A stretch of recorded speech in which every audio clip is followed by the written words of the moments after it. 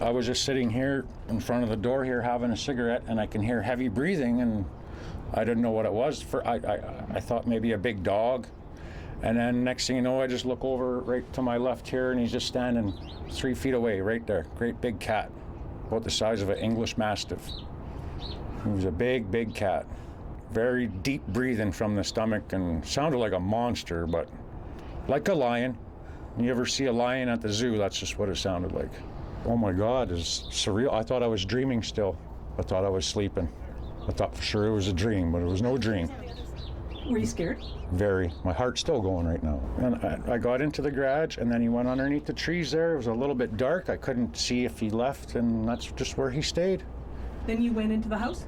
And then I went into the house. I had my shower, and I come out to go to work, and I just got by the house here, and I bent down to look under the trees, and sure enough, I seen him still there. So that's when I phoned 911.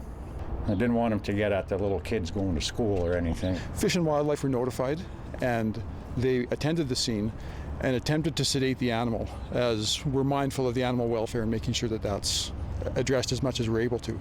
Because of the position of the animal, it was a difficult situation for them to get a dart deployed. They attempted. They weren't certain if it was successful. They repositioned to make a second attempt, and in that process the animal became spooked and began running to the backyard.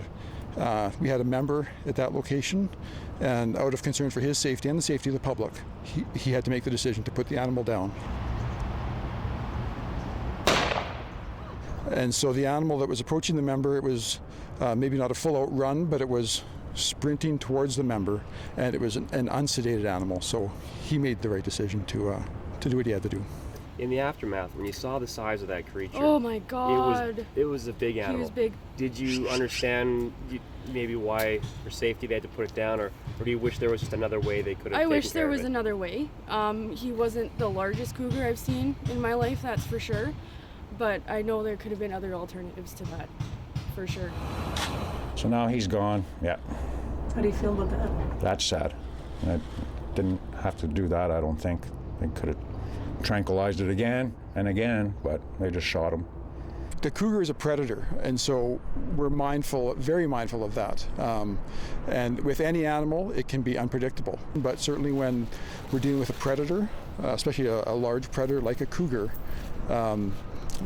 it raises the stakes, and we have to make sure we're being very effective in our decision making and how we deal with it.